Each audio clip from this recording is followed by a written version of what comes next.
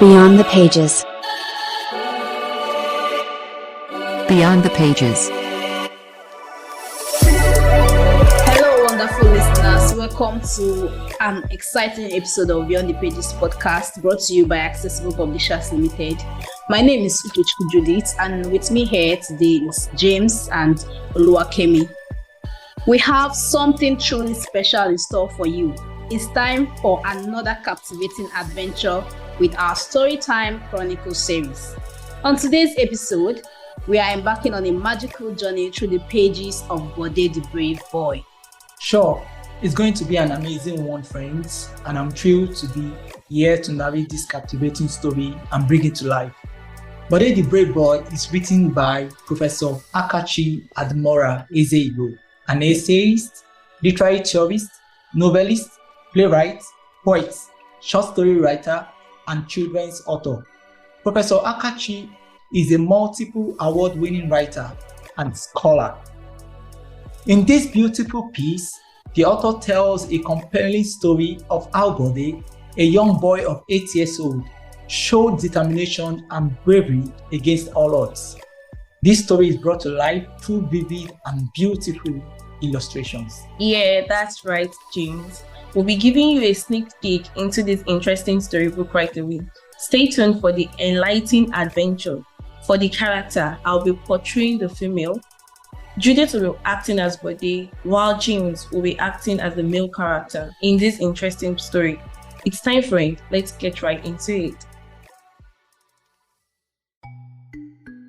Chapter 1. The House at Ogunde Street.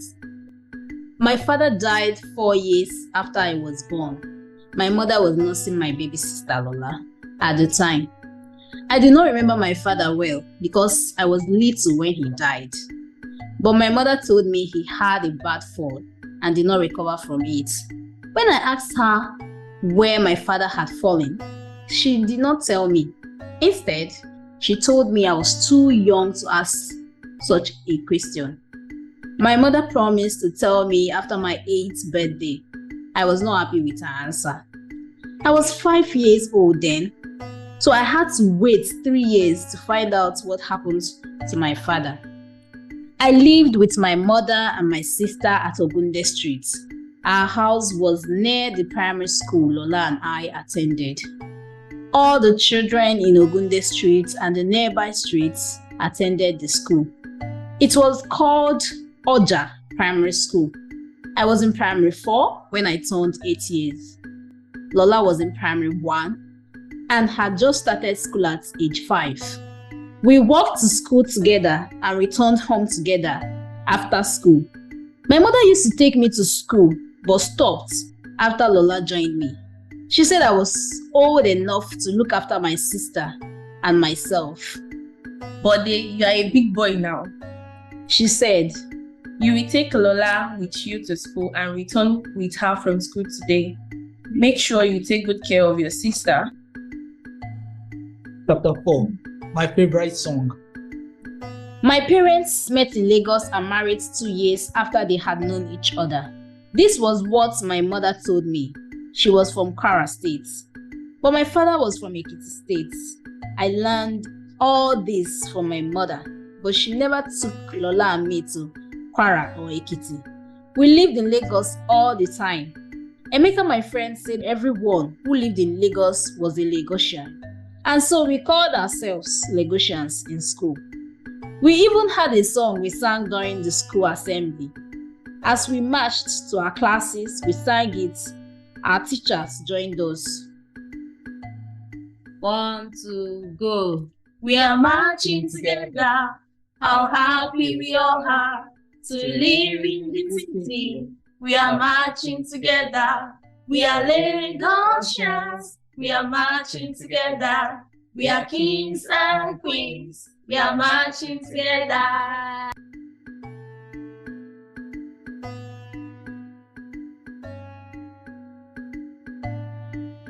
So I sang the song in my room to cheer me up after my mother stopped me from playing football with my friends.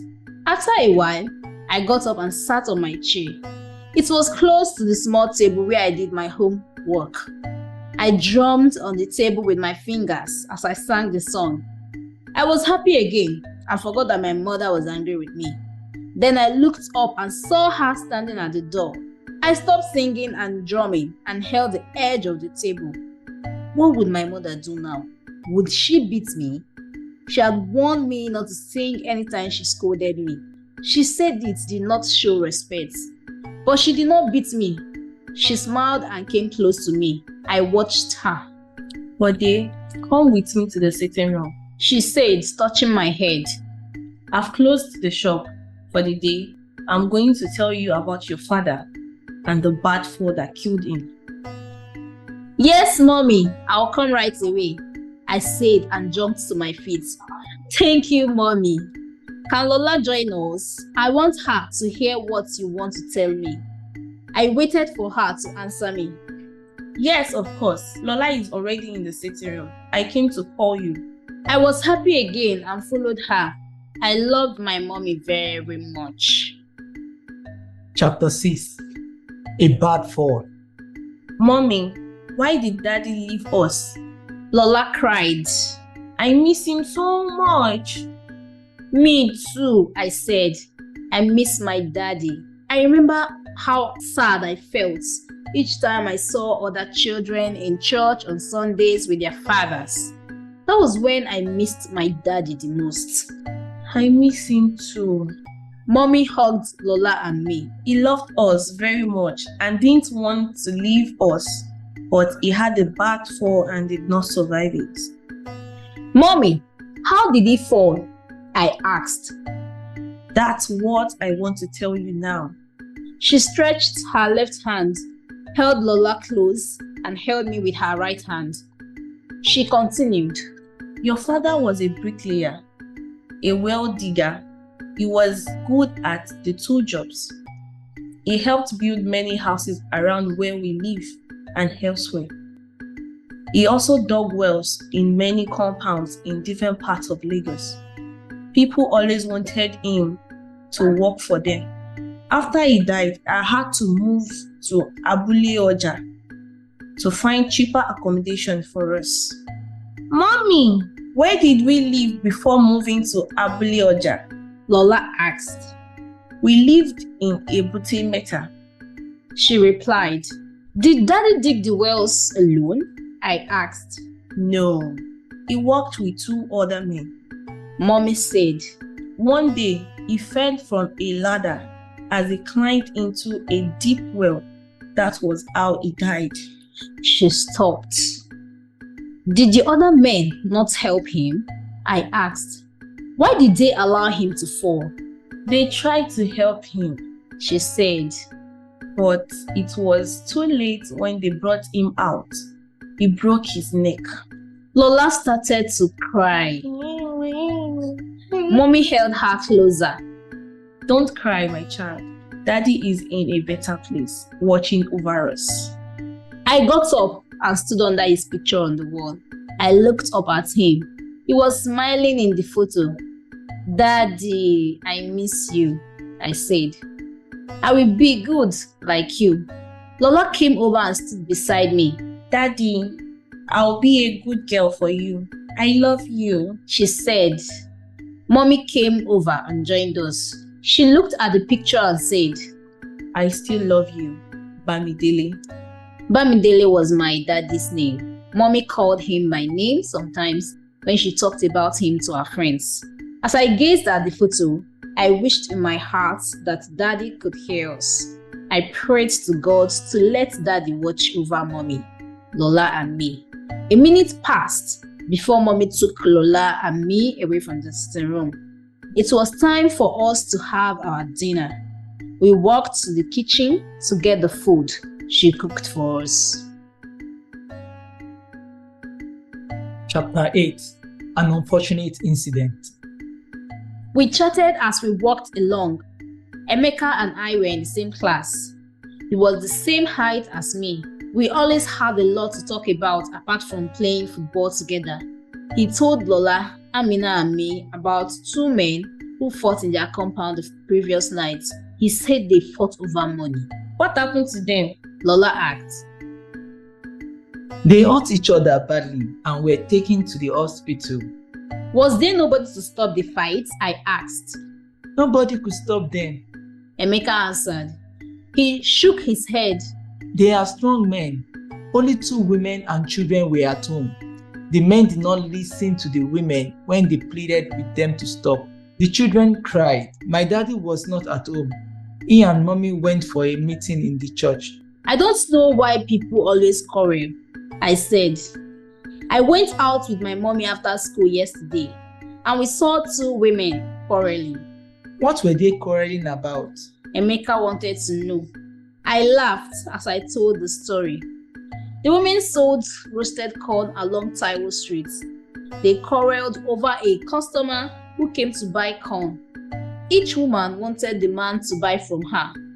One woman pushed 2 corns into the man's hand and forced him to take them. The other woman did the same so that the man had 2 corns in each hand. He held the corns by their stalks. Emeka laughed. So what did the man do? Which of the 2 women did he buy her corns? He did not buy from any of them. He stole the corns by running away. The women ran after him, shouting, "Thief! Thief!" But he escaped with the corns. Emeka, Lola, and Amina laughed. I laughed again, but it was Emeka who laughed loudest and longest. He threw his school bag on the ground and continued to laugh. So the thief took their corns and ran away while they were quarreling. I looked up and saw a man who walked with difficulty. He was old. He came towards us. Suddenly, he slapped Emeka hard on the right side of his face. Why are you laughing at me? He said. He was angry. It's your father you are laughing at, not me, idiot. He wanted to hit Emeka again. Emeka cried out in pain. He held his face with both hands. He started to cry. I knelt down quickly before the old man. He was not laughing at you, sir, I said. It was a story I told them that made him laugh loudly. Lola and Amina also laughed. Lola and Amina went to Emeka and stood close to him. Emeka, sorry. Lola said and touched his hand. Sorry, Emeka. She picked up his bag. Are you sure? The old man asked. I'm sure he was laughing at me. He was looking at me and laughing. No, sir. Emeka replied, still crying. I was not laughing at you. It was the story that made me laugh. He rubbed his face and eyes. In that case, I'm sorry, my boy. I thought you were laughing at me. Some children laugh when they see me in my condition.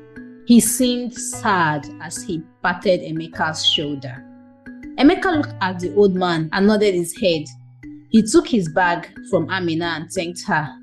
We walked away, but the old man called Emeka back.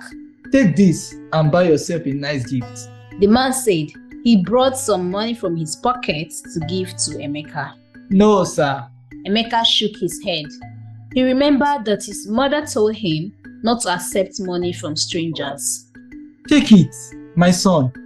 I'm really sorry I slapped you. Take it. He stretched his hands again and smiled. Thank you, sir. Emeka said. He stopped crying and put the money in his bag.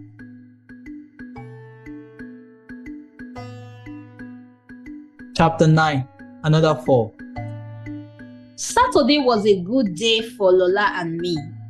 We did what we liked in the afternoon and evening. It was the beginning of our weekend when we stayed at home. We cleaned the house and washed our clothes in the morning.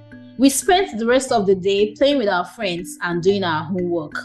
Mommy always went to the big market to buy things for our shop after breakfast. I played football with my friends but did not play with them this Saturday. I didn't want to disobey my mother. She told me to stop playing football in the streets. She said I could play with other children on the school football field on Wednesdays when we had games in the school. We played football and basketball and other games in the school. I finished washing my clothes at noon and took them outside to the clothesline to dry. I heard a loud cry from the house next to ours. A woman was screaming and calling on everybody to help her. The voice was Mama Sikiru's. I recognized it immediately. I left my clothes in the bucket and asked Lola to help me hang them on the clothesline. I ran fast to Mama Sikiru's house. Mama Sikiru and 2 other women were peering into an uncompleted well close to the back fence. She was crying and calling her 3-year-old son, Sikiru. Sikiru! Sikiru! She shouted his name again and again. A few other children were standing around and watching the 3 women. The other tenants had gone out. No other adults were in the compound. Mama Sikiru, what is the matter? I asked. She looked at me and continued to cry. She knelt and peered into the well again. Where is Sikiru? I asked. I looked at the other women who cried out in confusion. Sikiru fell into the well, one of the women said. Without another word to any of them, I ran to the spot where the well diggers left the ladder they worked with. It was placed against the back fence. They would come later to continue their work, but there was no time to waste. Sikiru was in the well and had to be brought out. I half carried and half dragged the ladder to the well. There was a heap of fresh sand from the hole the men had dug the previous day. I asked the woman to help me put the ladder into the hole.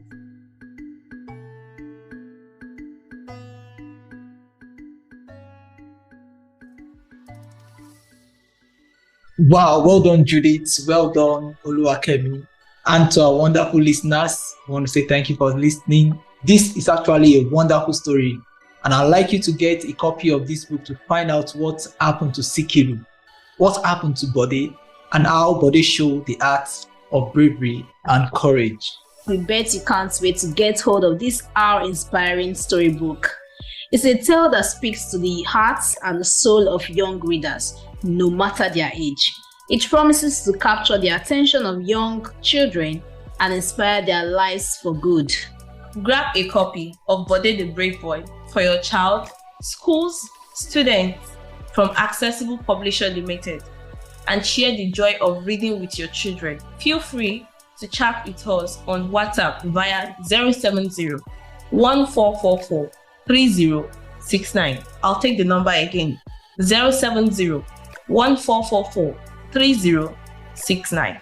We hope you enjoyed the adventurous journey we took you on today. Join us again next time as we explore other captivating topics that takes us on a thrilling literary journey. We will really love you to check us out on social media platforms.